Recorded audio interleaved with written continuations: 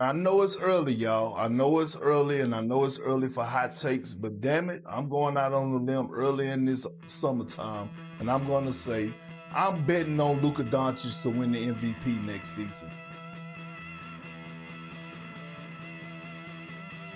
That was me. That was me, and I know it's early. I get it, but damn it, we need a big list after that hot take. Vanessa, Tim, David, I know this is y'all first time joining this segment. It's rules. You will speak when spoken to, and you will cooperate and bring the necessary energy that's needed. Otherwise, you will not be invited back. This is Perk's big list of MVPs, top 5 MVPs 25-26 season. Coming in at number 5. Bam! Put it up there. SGA. Y'all thought he was finished? Hold up, wait a minute. Hey, listen, this man, MVP, Finals MVP, NBA champion, he's not satisfied. He's going to come back next year on a mission. He wants more. The best player in the world. Yeah, David, I said it. The best player in the world has embraced it. He got the feeling. He got the energy. He knows how it feels to become a champion and an MVP. He's going to try to go out there and do what he needs to do to keep that trophy in Oklahoma City at his house. David, I need you for number 4. Bring the energy now. You're already wrong, but bam, I let you get your number 4 off too. Go ahead. Yo guy, Jokic, one of the most skilled bigs to ever play the game of basketball. Look, the Denver Nuggets made moves, right? They got a new coach last season. They just got Cam Johnson, right? They got back his good friend who he won a championship in Bruce Brown. I believe Jokic is going to come back with new life, new energy, which is scary for the rest of the league. The man already finished second last year. He's going to try to go win him another one while the Denver Nuggets win games in the tough Western Conference. Tim, where you at? I need you at number 3. I mean, I'm excited to see where we're going with this because these are the two guys that finished first and second the last 2 years. But I'll give it to you. Bam! Let's see who's number 3. Anthony Edwards. You heard what he said when he exited the Western Conference Finals in the postseason? He said no one is going to outwork him. And I believe him. I believe this man is going to come back. I believe he's going to average 30 next season. I believe he's going to be on a mission. He was embarrassed in the Western Conference Finals. And we know how a man like Anthony Edwards thrives when adversity hits, when accountability hits. He always come back stronger. Vanessa, where you at, girl? I need you at number 2. Put it up there. My first time. Bam! There we go. Giannis Antetokounmpo. David, you want him out of Milwaukee, but he's staying in Milwaukee. The Bucks want him in Milwaukee. Did you see what Giannis was doing at the end of the season last year? The man was putting up Jokic-type numbers. Doc Rivers said he's going to be at the point forward. He had 20 assists in the game last season. I'm looking for the growth of Giannis this year. He's going to elevate, make guys around him better while still going out there and getting his 30 points and 12 rebounds. He's number 2 on the list. And number 1, coming in. Bam! Put it up there. Luka. I said it the other day. I'm saying it now. Skinny Luka at that.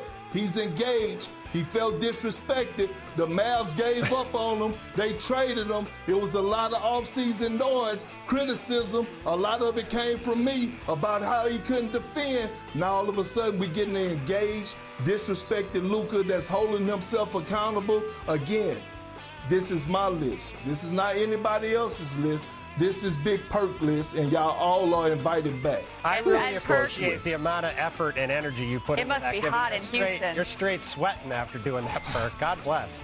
That was great. Yeah, that was one of them. You know what I You like? like that list? I like that David was an early hater of the list. He looked right at Perk and he said, "You're already wrong." So, David, what say you about his list? This is history here. This is the first time Perk's list has been completely in reverse order from what it should be. Like, you got 5-1 is actually the way it's supposed to go. SGA should be the favorite to repeat. The Thunder are going to be better. SGA is better this year. I think that he's got the best shot to repeat as MVP. Perk's list was perfect if we put it in front of a mirror and go SGA, then Jokic, then Giannis, and then Luka being at number 5. But Luka needs to be on this list for the Lakers to be remotely competitive. I'm with them that we need an MVP caliber Luka. I'm not sure if he's going to be MVP caliber above SGA, but at least SGA was on the list, though. Perk, you are a massive... Go ahead, Perk. No, go ahead. What you were saying? Perk, you're a massive Jalen Brunson fan. Everybody knows it. The kids would say that you are a Jalen Brunson stan. How is Jalen Brunson not on your list? He's in an honorable mention. You know what I mean? He came about 6 or 7. He just didn't make the top 5. But David, when was the last time that we had a back-to-back MVP? Did Jokic do it? Jokic just did it, right? Did Jokic just do it? Steph did it a few years ago. I mean, it happens. It usually happens. It usually happens when you have dynastic teams. When you have Steph did it back-to-back with that Warriors team, and this Thunder squad looks like it can be Warriors 2.0 in terms of going back-to-back. So thank you, Perk, for helping me make the case that the SGA should be at the top of your list. There you go. I didn't help you make nothing. I didn't help you make nothing. My list is set. All right, so as the straw poll MVP guy, I'll weigh in on Perk's list. So this year is going to be really interesting to see how this plays out. Obviously, the last 2 years, Jokic and Shea have been first and second, flip-flop back and forth. I think both of them are going to have real chances to win.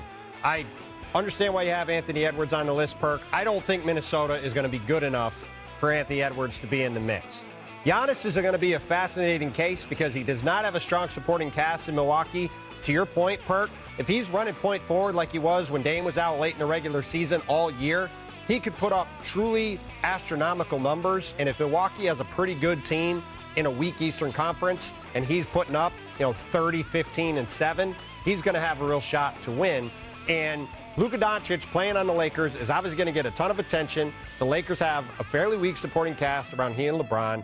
If the Lakers are in the 50-plus win range and Luka is playing like he did 2 years ago before he had all the injuries and everything last year, Luka's going to have a shot. And the other guy that I think we could see in this conversation that has not been mentioned is Victor Wembanyama. If the Spurs are a top 6 team or in the mix to be a top 6 team in the Western Conference this year, it's going to be because Victor Wembanyama is going to have an absolutely gigantic season.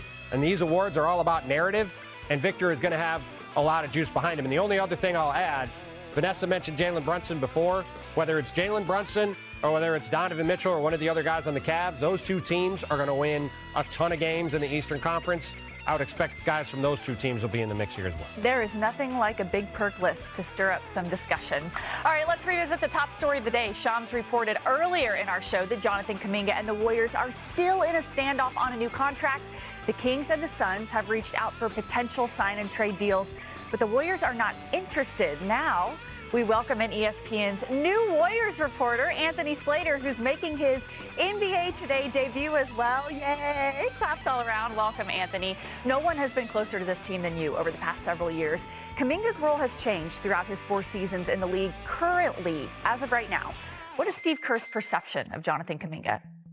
Steve Kerr and Jonathan Kuminga, actually, I would categorize as having a decent personal relationship and even improving a little bit. Kerr has been in contact with Kuminga during this process, and I'd say he's one of the leading voices kind of trying to patch this together. But there's a lot of scar tissue, basketball scar tissue, which, has been referenced even on this show. And Kuminga knows that Steve Kerr would plan to play him a lot in the regular season. They would need him to score a bunch, especially with the older team when some of their stars sit. But Jonathan Kuminga also knows that Steve Kerr's history tells him he will go away from him in the playoffs at winning time in big games. And Jonathan Kuminga is no longer wanting to be a plan B, an alternative, a regular season option.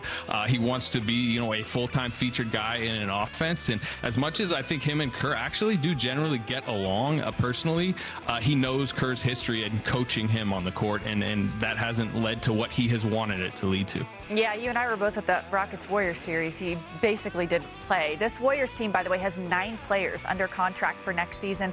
They're going to have to fill out that roster at some point. What else do you see them prioritizing before training camp, Anthony?